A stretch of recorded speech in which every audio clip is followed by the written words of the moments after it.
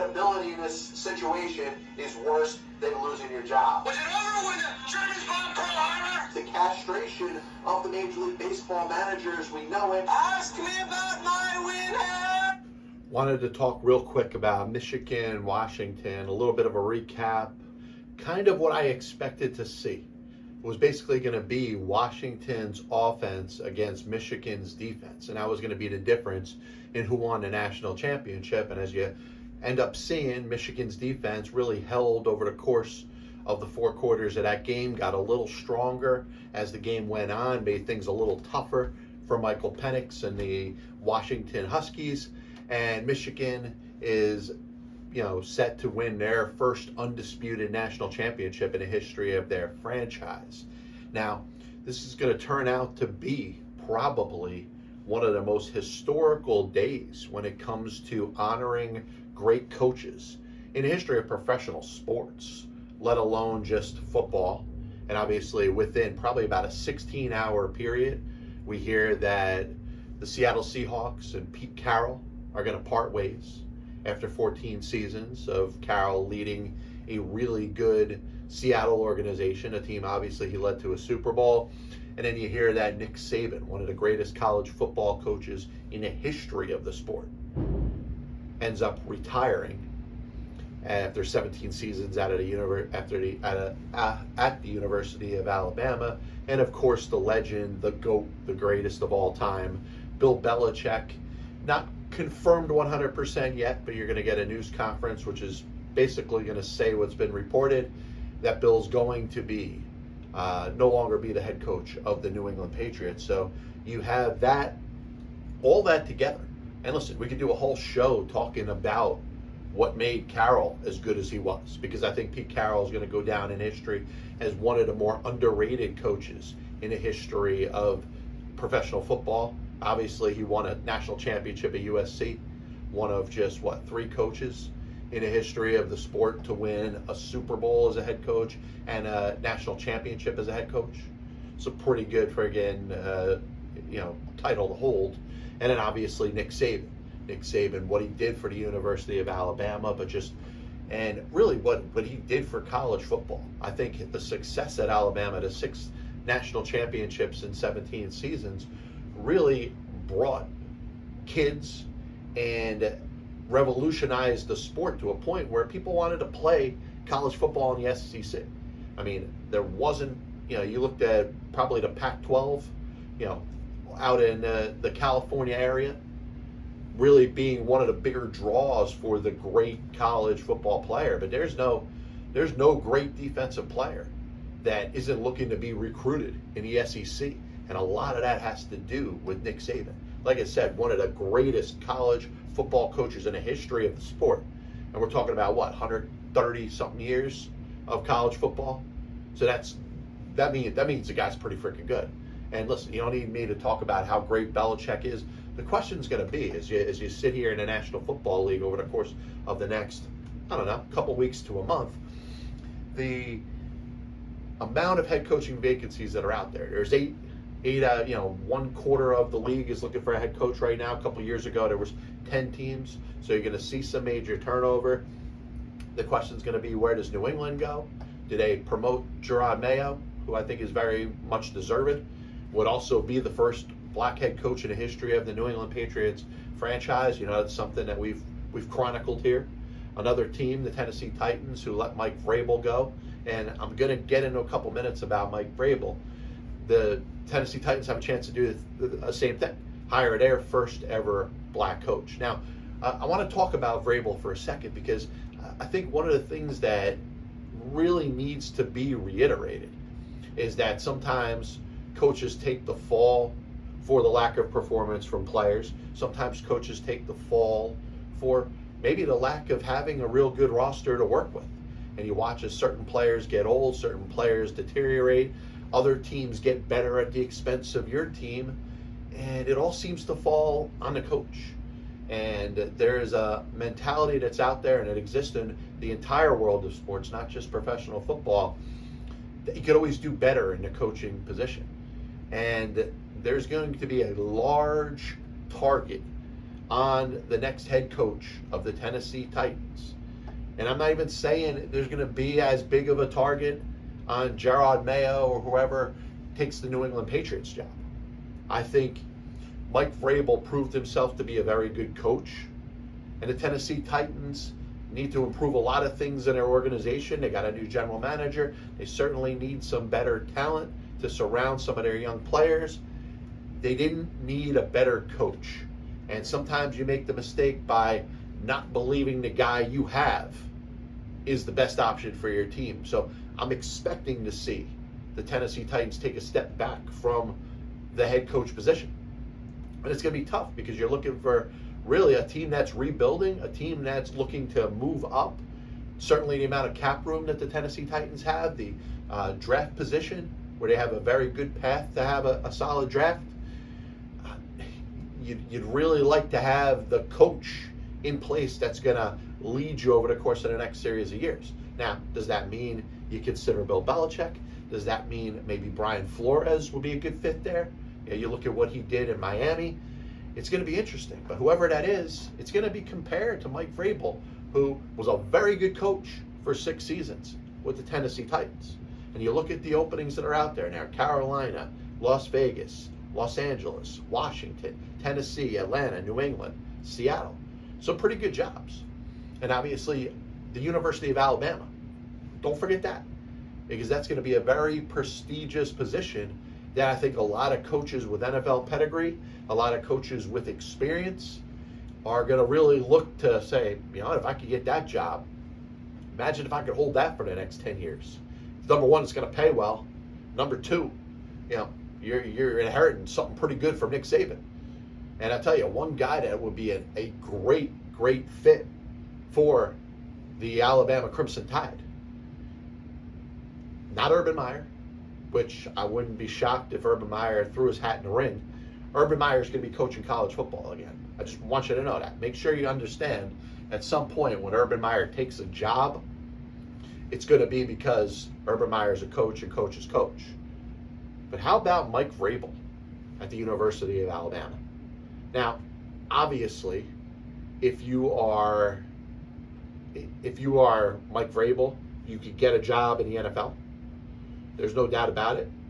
There's no doubt that Vrabel will be in amongst consideration for the job when it comes to the New England Patriots.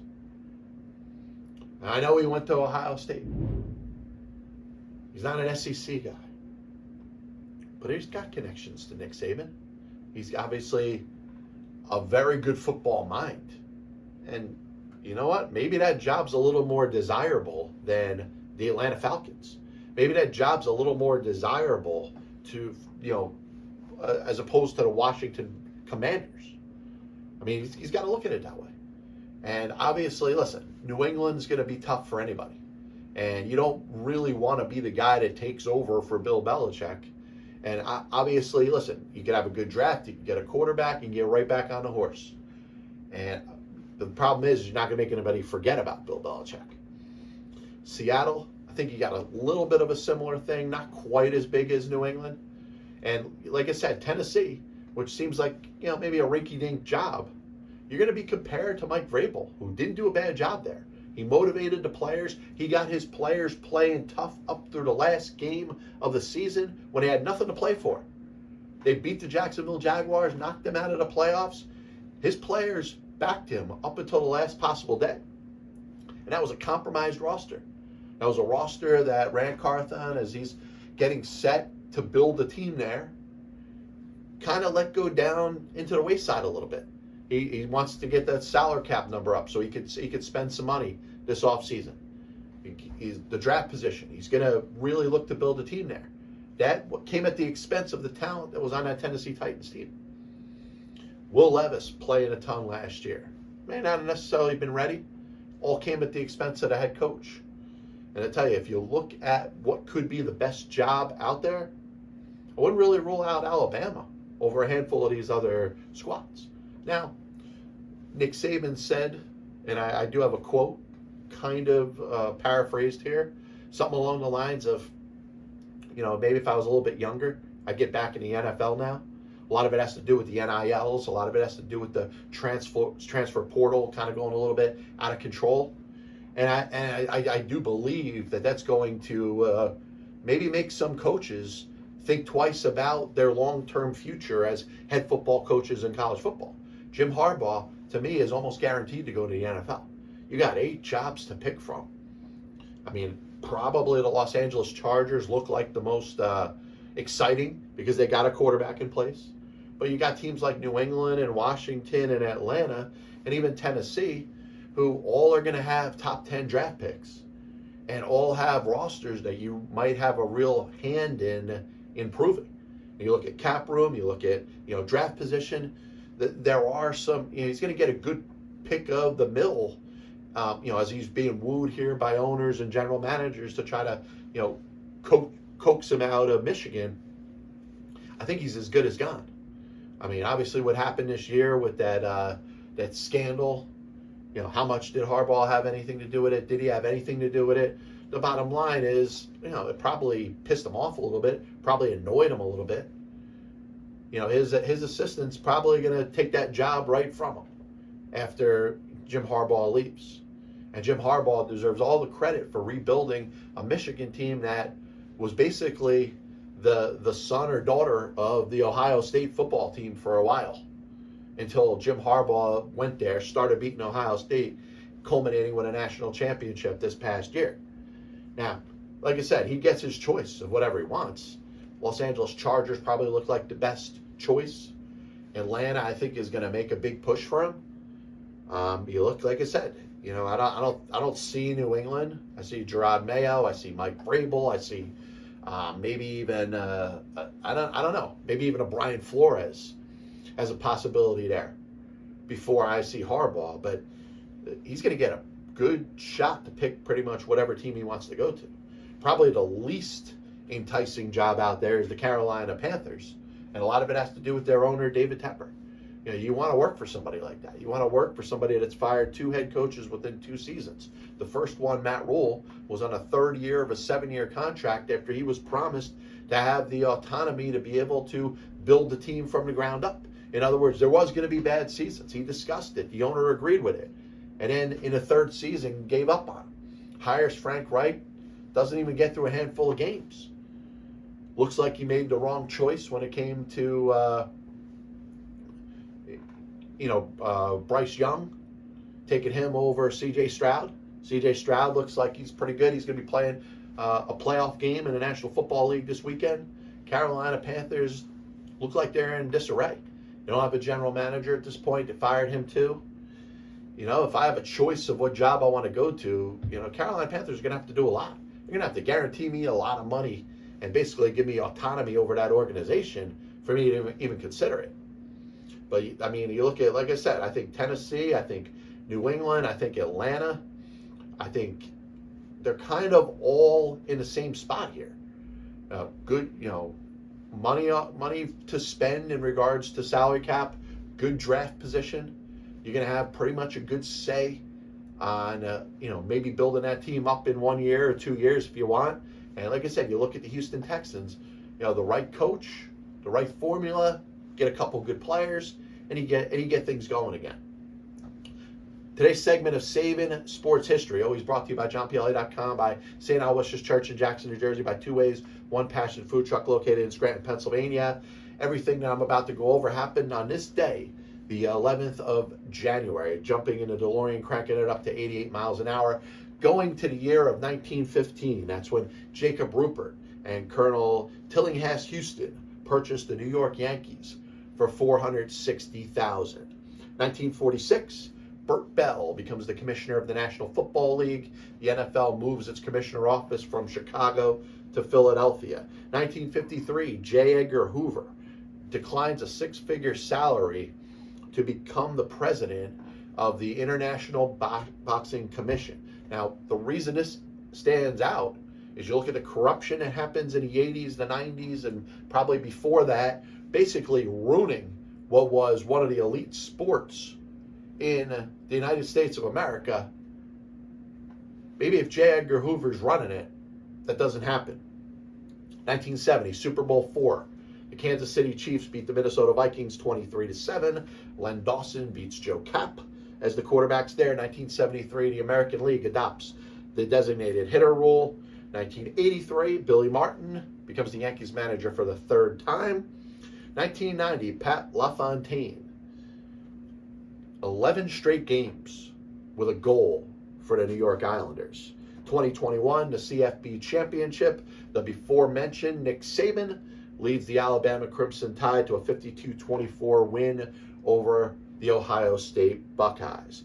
Born on this day, 1872, Wilford Baddeley, three-time Wimbledon champion. 1876, Baseball Hall of Fame outfielder Elmer Flick was born. 1952, two-time Masters champion Ben Crenshaw. 1957, Chocolate Thunder, one of the better big man and more dominating players on the inside when it comes to basketball in history, Darryl Dawkins. 1965, we lost Wally Pipp, and of course Wally Pipp will forever be known as the guy that passed the torch to Lou Gehrig. Lou Gehrig, obviously one of the greatest baseball players in the history of the sport. I'm not sure the Yankees really knew it at the time, but Wally Pipp couldn't play one day. Lou Gehrig came in, played whatever, it was at 2,150 games or something like that. Later, one of the greatest of all time. 2000, we lost Hall of Fame baseball pitcher and manager Bob Lemon. 2016, Monte Irvin passed away. Monte Irvin was kind enough to take a couple minutes and answer a couple questions for me as a guest, probably about a year before he passed away. So we'll always be, indebted and respect Monty for having a couple minutes of his time. One of the better outfielders to play during the course of the 1940s and 50s. Of course, Newark Eagles of the Negro Leagues, San Francisco Giants. Was a very, very solid player, and obviously could have played more Major League Baseball, had there not been racism, Jim Crow, and Cap Anson, and people like Kennesaw Mountain Landis. 2023, Charles White, 1979 Heisman Trophy winner, passed away. This is the Pass Ball Show, brought to you by JohnPLA.com, by St. Aloysius Church in Jackson, New Jersey, by Two Ways, One Passion Food Truck located in Scranton, Pennsylvania. We'll be back with you hopefully soon. You can check out the top 10 all-time Pass Ball Show. We got, I think, 21 versions of it. You can listen to them in succession on TikTok or YouTube. God bless you, and as always, I'll see you on the other side. Pride was on the Chicago Cubs roster opening day. I have many leather-bound books. My apartment smells of rich mahogany. Why don't you give it all, or a majority of it, to the team that wins the freaking World Series? I was going to listen to that, but then I just carried on living my life. And they come out as the biggest Major League Baseball manager apologist. It'll only make someone work just hard enough not to get fired. Because hitters are going out there saying, I'm either going to hit a home run or I'm going to strike out. And if I don't get a pitch that I feel like I could drive out of the park, Not even supposed to be here today. especially you prospect horrors and hoarders, are going to be a little pissed off at me when I say this. I'm a dude playing a dude disguised as another dude. There are only two managers in baseball's Hall of Fame who have losing records. One of them